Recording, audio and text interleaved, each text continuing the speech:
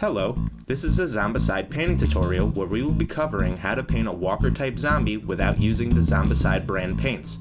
The paints used in this tutorial can be found at craft stores such as Michael's for a much cheaper price than what the Zombicide brand paints are sold for.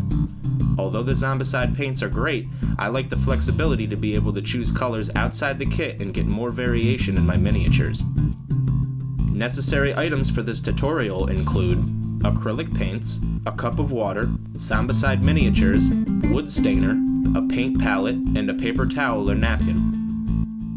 When complete, your walker-type zombie should look something like this.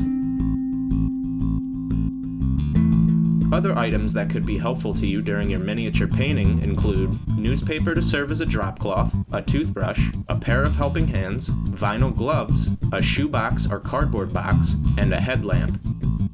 We will begin by painting our walker's skin. If you were wondering which walker we're using, it's the businessman walker with a collared shirt and tie that looks sort of like the Evil Dead version of Michael Douglas from Falling Down. To paint our zombie skin, we will be using the acrylic color Moss to get a pukey green complexion. When painting the skin, you don't need to be as careful not getting paint on other parts of the miniature such as the shirt, because we will be painting over those parts later. Some areas may need to be retouched for an even coat. Make sure you thin out the paint on the face and arms to avoid running and loss of detail in the miniature. Next, we will use brown to coat the miniature's pants. Now it's time to use our elementary school coloring skills and stay inside those lines. It will save time down the road to not have to go back and retouch colors.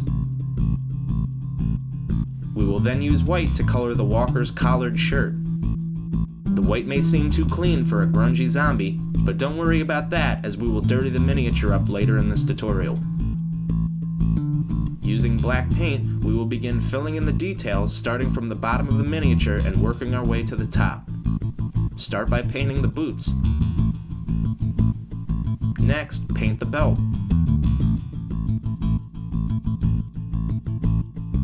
And finally, his tie, which tucks back into his shirt collar.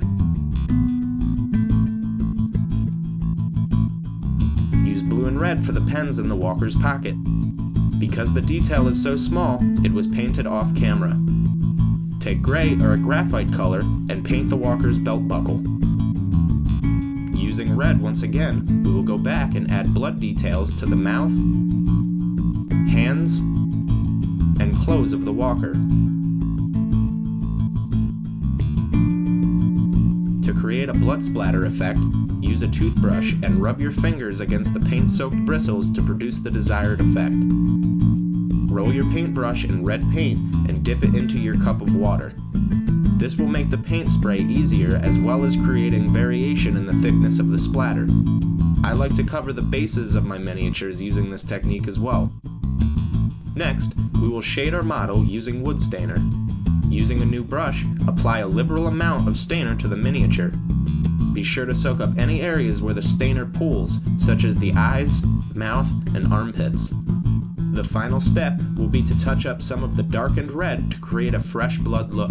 Using red, lightly touch up the mouth, hands, and any other areas you see fit.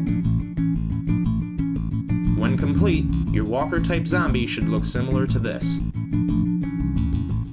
This tutorial is meant to give you ideas on how to paint your own miniatures when you don't own the Zombicide paint kit. By all means, test your own creativity by trying out different color combinations. I hope you have found this tutorial to be helpful. Be on the lookout for more Zombicide painting tutorials in the future. Until then, stay unbitten, friends.